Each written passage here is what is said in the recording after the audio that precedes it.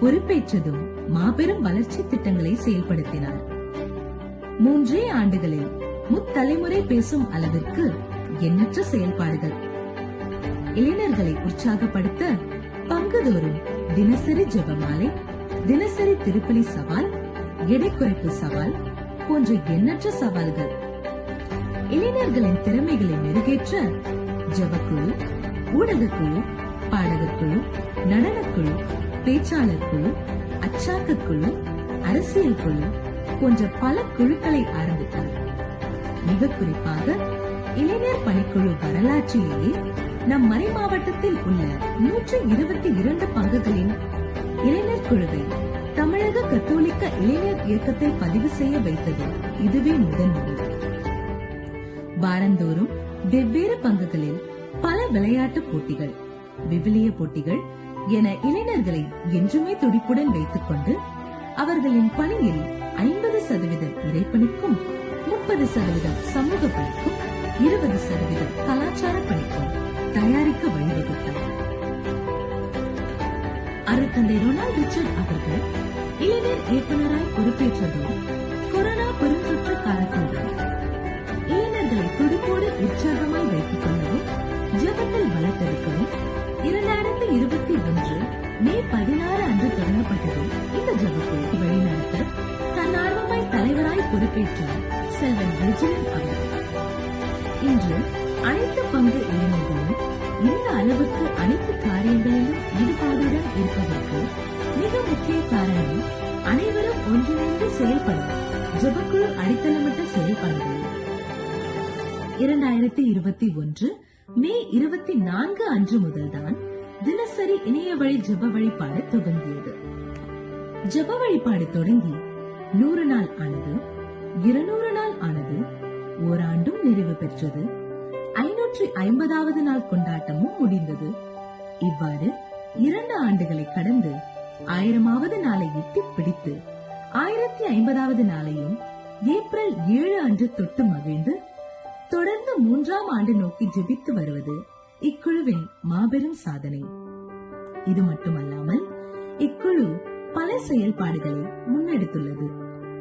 2021, 2022, 2023 ஆகிய 3 ஆண்டுகள் 24 மணி நேர தொடர் ஜெபமாலை நடத்தி இளைஞர்களை ஊக்கப்படுத்தியுள்ளது. அன்னையின் அரவணைப்பில் என்னும் நிகழ்வை 2022, 2024 ஆகிய 2 ஆண்டுகள் நடத்தி மரியன்னையின் பக்தியை பரப்பியதோடு அன்னையின் சுரூபம் அனைத்து மறைவட்டங்கள் வாரியாக சென்று அனைத்து பங்கு இளைஞர்களையும் ஜெபிக்க வைத்தது என்றால் அது எத்தகைய புரட்சி!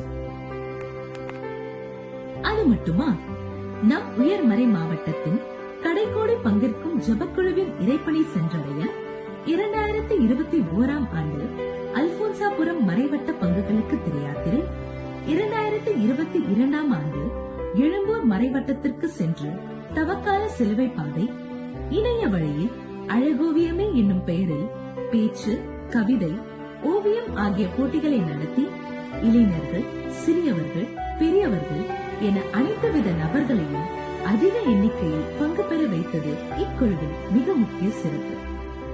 இவை எல்லாவற்றையும் தாண்டி நிகழ்ச்சி ஒருங்கிணைப்பு, ஒரு குழு எப்படி செயல்பட வேண்டும் என்பதற்கெல்லாம் இக்குழுவை விட வேறென்ன சான்றாக இருக்க முடியும்?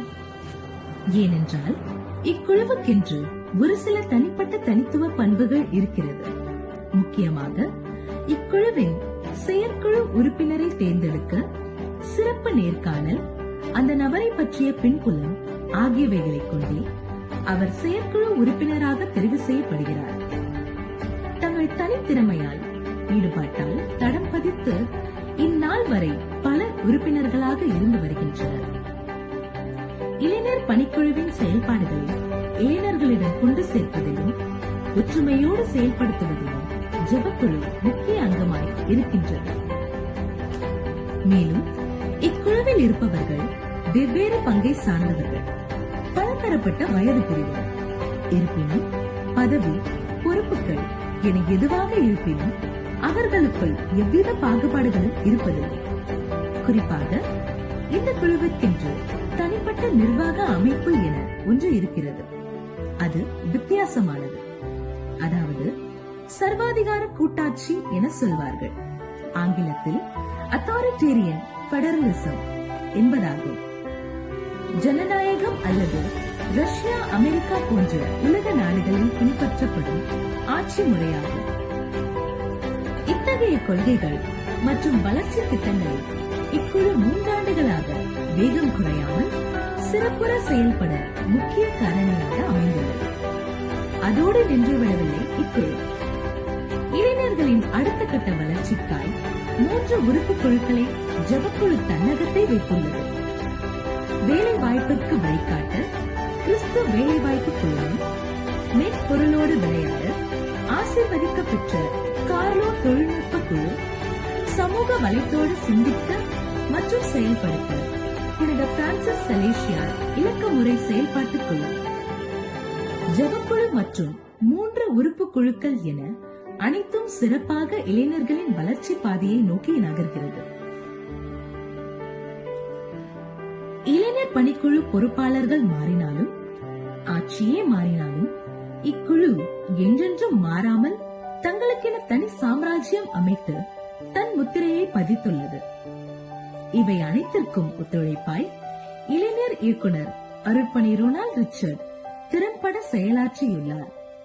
மிக முக்கியமாக நம் பணிக்குழுவின் தாரக மந்திரத்திற்கு சொந்தக்காரராய், ஓய்வறியா இளைஞனாய், நம் அனைவருக்கும் ஒரே வழிகாட்டும் மேய்ப்பராய் திகழும் நம் பாசமிகு பேராயர் மேதகு ஜார்ஜ் அந்தோணிசாமி ஆண்டகை அவர்களுக்கு எங்களின் நெஞ்சார்ந்த நன்றிகளை உங்கள் அனைவரின் சார்பாக உரித்தாக்குகிறோம்.